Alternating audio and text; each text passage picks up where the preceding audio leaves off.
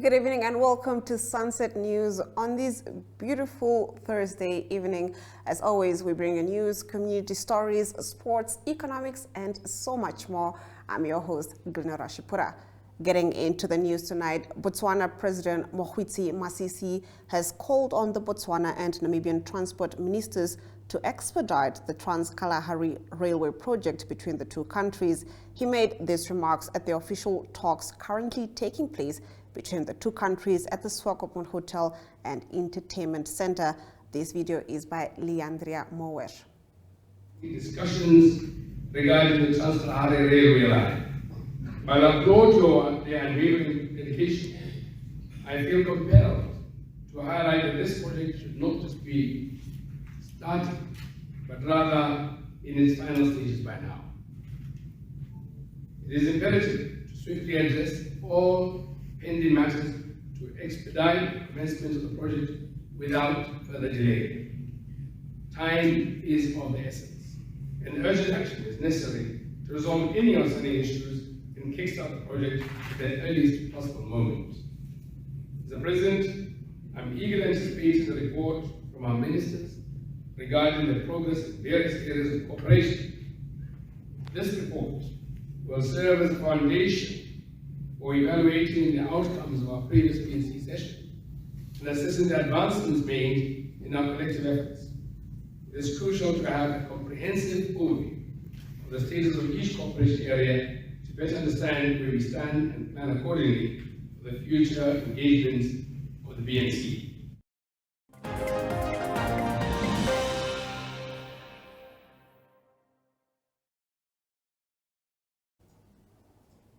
Her Excellency Netumbo Nandi-Ndaitwah, the Vice President of Namibia, urged the youth to participate in the electoral process, stating, "Your vote is your voice." She emphasized the importance of civic engagement and the role of young people in shaping the future of the nation through their votes. This video was contributed by our in-house journalist, Aurelia Afrikaner. Let's take a look. All our young people, from the age of 18 and above, we must make sure we register. Voting is your voice. It's your power to exercise your fundamental rights. Your participation in our democratic process is not just your right, but it's your responsibility. It is through your vote that you can influence policies, demand accountability, and drive the change you wish to see in your country. So don't make a mistake. And again, the president has given you a charge. And I don't want to water the charge you got from the president.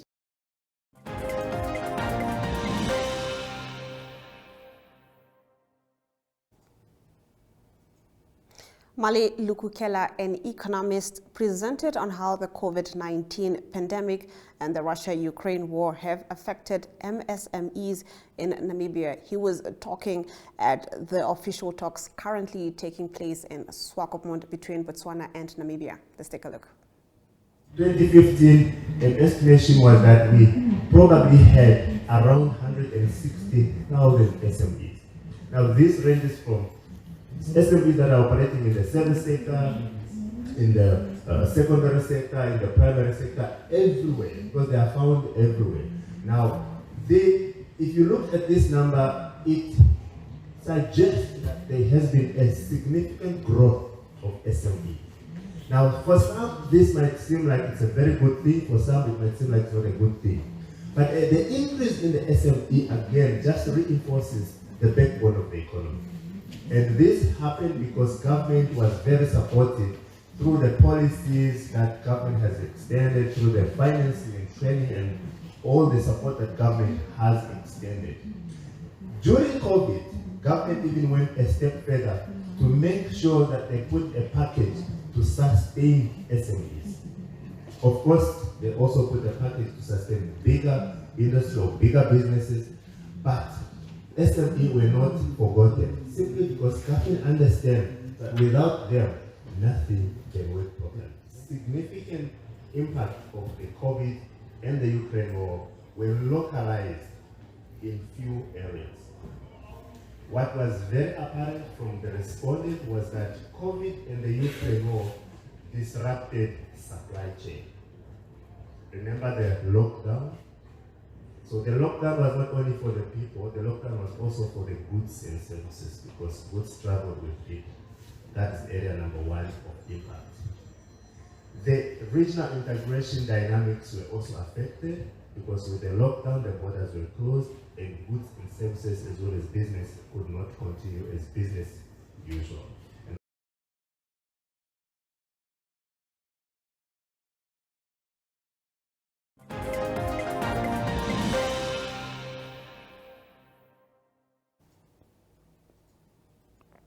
Moving on, national rail operator TransNamib TN has secured funding for its rolling stock to the tune of $2.6 billion Namibian from development financial institutions, DFIs, the Development Bank of Namibia, DBN, and the Development Bank of Southern Africa, DBSA, and will now start a fleet modernization process.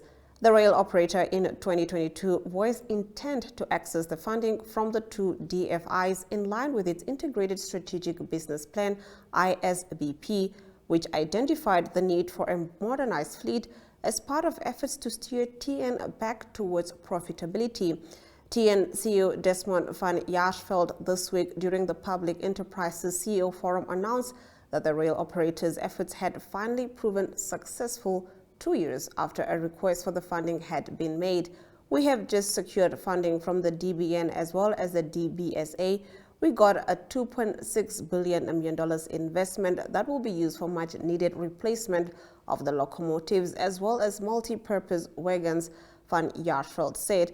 Now, according to him, there was a pressing need for TN to replace its rolling stock with the oldest in the fleet, registering an age of 53 years. The modernization of the fleet would also help the rail operator meet its set mandate, Van Jaarsveld said. The rail operator would procure the new locomotives over a 24-month period, while newer locomotives would be leased to deal with the delay in its accessing its new rolling stock, Van Jaarsveld explained. The mandate of TN is to maintain the railway and ensure we have fit-for-purpose rolling stock. It is not currently the case. Some of the rolling stock is slightly younger than I am. In fact, the oldest locomotive we have is 53 years old, Van Jaarsveld said. With the approval of the funding secured for the locomotives, Van Jaarsveld stressed that TN would have to improve its operational service offering to be able to honor its $2.6 billion debt obligation to both DFIs, while aiming for increased transportation of petroleum products via rail. What must and will change is the improvement of efficiencies, increase in customer base. TN only transports 14% of the total fuel requirements that needs to be upped, Van Jaarsveld said. As part of efforts to support TN's ISBP, emphasis would also be placed on strengthening intermodal transportation links. In Namibia alone, rail needs to work together with roads. We do not want to eliminate the trucks. In fact, the intermodal opportunities are vital for us, he said. That concludes our top stories. On the other side of the break, we take a look at our story of the day. Tickets are now live. Watch Namibia versus Portugal live at the Dr. Hage Geingob Stadium on the 13th of July 2024 at 3 p.m. Save this number 085 785 6221 and WhatsApp #NRU to purchase your tickets online.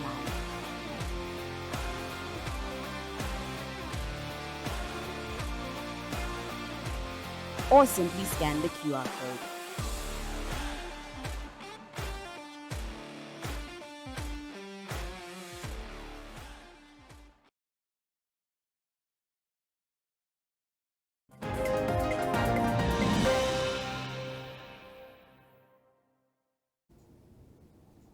Getting into our story of the day, various managers from different Click stores are receiving training through the Business School of Excellence, BSE, in Windhoek. The training is aimed at equipping them and enhancing customer service through Click stores countrywide. Let's take a look at how that went. Okay, good day everyone. My name is Petrina Angola. I'm a trainee store manager in Vinyl Clicks. I would like to thank Clicks for giving me this opportunity to study at Business School of Excellence, which is very good because I learned a lot when it comes to customer service, good communication, as well as just on how to run the business. This is a very good opportunity for me, as I have learned a lot, and I'm sure I'm gonna learn a lot, and I'm gonna be good. Good afternoon to everyone. My name is Paulus Kanadunga from Clicks Kitman Shop. I'm working there as a store trainee manager. I'm here at BSE, studying some of the 4 modules. For now, we only cover basic communications, and I'm going to learn a lot. I want to say thanks to the Clicks group for taking me here at BSE, where I'm going to learn a lot of things and to take the company at better position, and I want also to be at a better position for my future. My name is Jerry Shonena. I'm from Clicks Chicago as a service advisor, and I have been in the company for more than 8 years now. And I would like to go forward, and I want to see myself somewhere else to be an area manager or maybe as a store manager as well. So what are you learning from this program right now? So for now, I'm learning different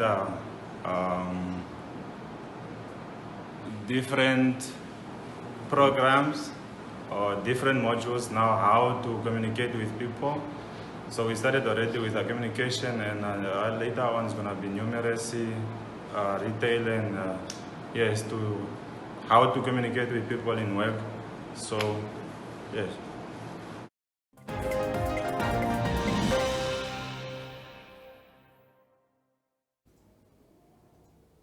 Community news follows after this. Welcome to Namibia, where adventure meets tranquility. With Enjoy, you have access to a wide range of accommodations to suit every traveler's taste and budget. Experience the finest dining and hospitality Namibia has to offer. Booking your dream accommodation is just a few clicks away with Enjoy. Join thousands of happy travelers who have trusted Enjoy for their Namibian getaway.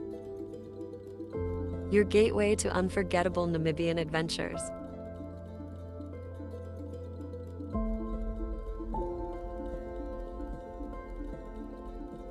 Visit us today at enjoy.my.na.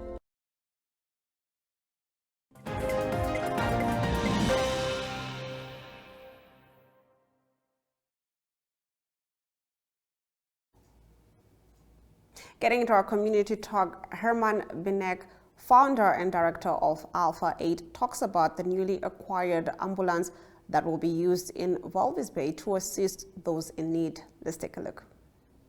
You are currently busy with an ambulance service. Can you tell us about this project? Yes, like after assessing the situation, we started project with an ambulance car. You said we have more projects in Namibia. It's basically all one big initiative, right? Okay. But one of it is, for example, the EMS service in Namibia needs to be better. So people who are hurt need to get to a hospital fast or need to get very good service. And that's why we bought from the Red Cross in Europe a state-of-the-art ambulance with all new equipment and everything, and we just shipped it down here to Namibia, and it just arrived in Walvis Bay. We will send that out. We have a medic which we are currently training. We started training end of last year with him, and so then he becomes a certified EMT, and he can drive that ambulance and help people in that area. And our bigger perspective is that we have those ambulance cars stationed basically all over the country. So it is the first start, and we want to have many more by the end of the year. And you mentioned that you have trained someone in as an EMT, but you have also trained more than this one person in Namibia. Why is that so important? I think you need to have the so-called entire rescue chain need to be upgraded, right? That is from the first guy who arrives at a traffic accident to the person in the hospital. We need to basically update and train everybody so the survivability of those people is getting higher and better. So we just need to have better service, and that's not telling people what to do differently, because I'm a paramedic myself. I see those guys in the country as my colleagues, and I'm just showing them tricks which they can do so we can help better. And that's what it is.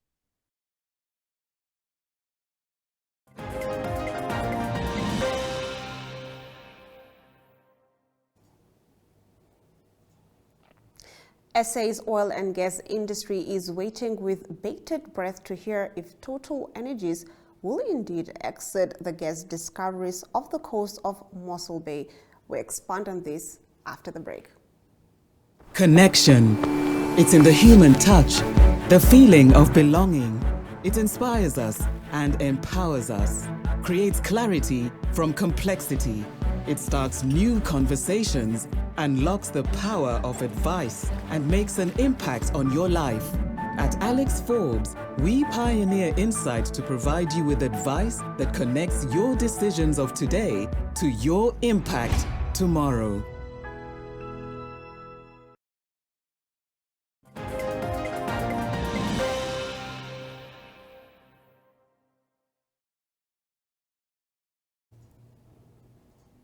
Getting into our economic news, SA's oil and gas industry is waiting with bated breath to hear if Total Energies will indeed exit the gas discoveries off the coast of Mossel Bay, a move which would follow hot on the heels of Canadian giant CNR International, which washed its hands off the project a few days ago. As a multinational oil and gas major, Total Energies is the operator of Block 11B/12B, holding a 45% stake. It is responsible for carrying out all prospective activities. A $400 million US dollar investment in exploration has yielded two major discoveries there: a 1 billion barrels equivalent gas find at the Brulbata well in 2019, followed by another major discovery at the nearby Luiperd well in 2020. The other partners in the block are Toronto-listed Africa Energy Corp, which holds 10% through Main Street 1549, Qatar Energy, which has a 25% stake, and Canadian Natural Resources CNR International, which holds a 20% interest but has officially notified the partners of its withdrawal. JSE-listed HCI has indirect stake in Africa Energy Corp via its 49.9% holding in a UK company called Impact Oil and Gas. In terms of the joint operating agreement, Total Energies must also now advise whether it will withdraw within 30 days. The same goes for all other partners. Africa Energy Corp said it has been advised that in accordance with the agreement, Total Energies is currently reviewing its options with regards to its 45% interest in Block 11B/12B. On Wednesday, Reuters reported Total Energies had indicated to regulators its intention to withdraw. Pushed for clarity on its position, Total Energies told News 24 it would not comment. Qatar Energy did not respond to questions about its intentions neither. Let's now take a look at our financial indicators. The Namibian dollar trades against the British pound at 23.26, against the euro at 19.72, against the US dollar at 18.26, 2 Namibian dollars and 51 cents gets you 1 Chinese yuan. On the commodities market, gold, copper, platinum and Brent crude oil all went up, with Brent crude oil trading at 0.14%, going for $87 and 83 cents per barrel.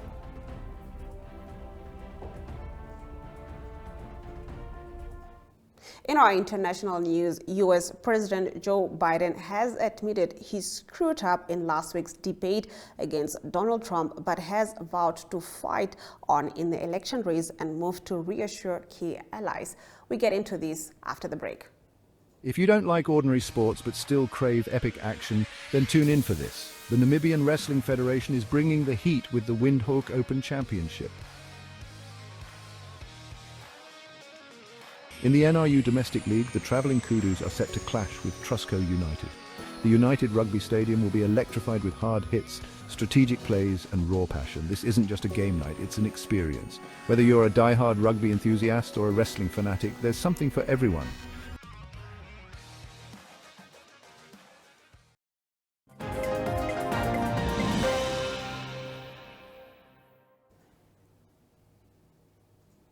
Getting into our international news, U.S. President Joe Biden has admitted he screwed up in last week's debate against Donald Trump, but has vowed to fight on in the election race and move to reassure key allies. He told a Wisconsin radio station he made a mistake with his stumbling performance, but urged voters to instead judge him on his time in the White House. On Wednesday, as reports suggested he was weighing his future, he worked to calm senior Democrats, including state governors and campaign staff. "I am the nominee of the Democratic Party. No one's pushing me out. I am not leaving," he said in a call to the broader campaign, a source told BBC News.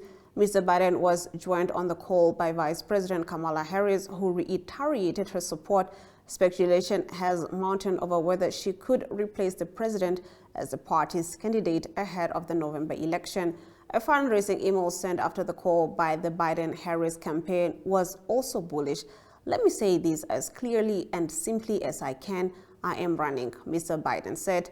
Questions have been swirling around whether the 81-year-old will continue with his campaign following a debate marked by verbal blanks and a weak voice. It sparked concern in Democratic circles around his fitness for office and his ability to win the election.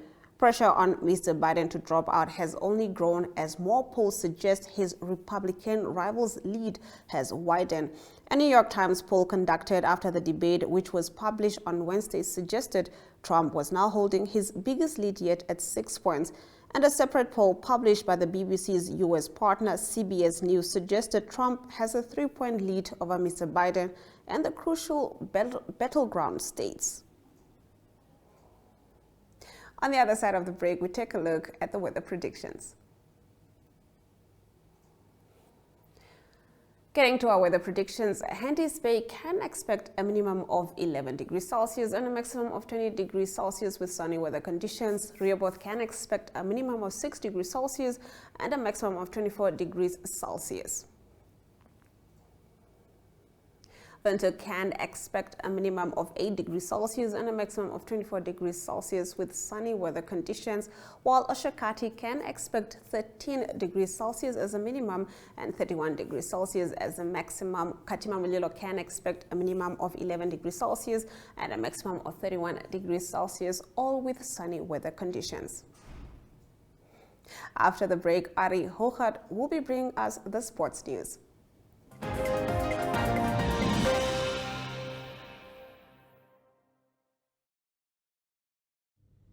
Good day everyone, time for international sports news, and starting off with Wimbledon tennis news first. One of the big majors of the year taking place still week 1, and the news from the men's side of the draw is number 1 seed Yannick Sinner of Italy. He's through to the third round, beating compatriot from Italy Matteo Berrettini. He beat him by 7-6, 7-6, 2-6 and 7-6 again in the fourth set. He's through to the third round, that is Yannick Sinner. Defending champion Carlos Alcaraz of Spain, he beat Alek Vukic by 7-6, 6-2 and 6-2. He's also through to the third round, and they will face American Francis Tiafoe. He's number 29 seed, and it was Tiafoe that had a good win against Borna Koric. The score there was 7-6, 6-1 and 6-3 to advance also to the third round against Carlos Alcaraz. On the women's side of the draw, it is local favourite Emma Raducanu. She had a good win against Elise Mertens, and she's through to the third round in almost 3 years of major tennis, as she beat her by 6-1 and 6-2. And then number 19 seed, Emma Navarro. She beat Naomi Osaka. Naomi Osaka is a 4-time major winner, and it was Emma Navarro of the United States beating her 6-4 and 6-1. And then also number 2 seed, that is Coco Gauff. She's from United States, also one of the early favourites. She's safely through to the third round, beating Anka Tordini 6-2 and 6-1.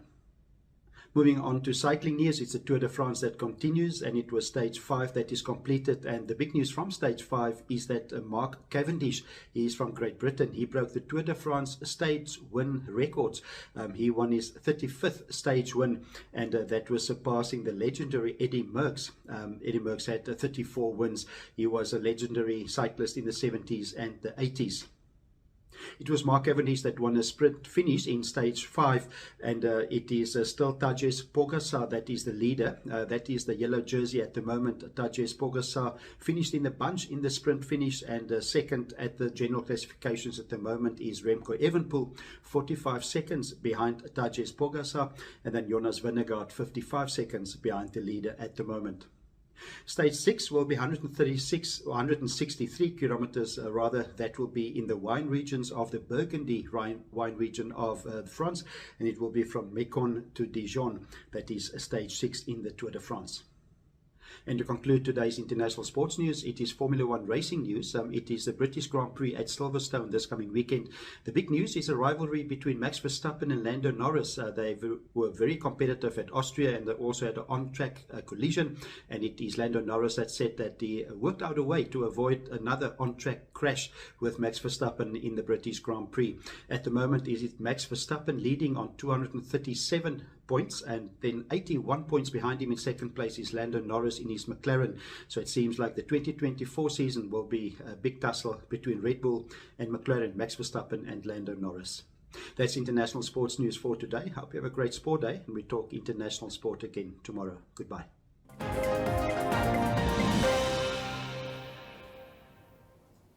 And with that, we've come to the end of the broadcast. Thank you for joining Sunset News. And don't forget that you can catch Sunset News next week, Monday to Thursday, same time, same place. From me, Glenn Rashipura. Until next time.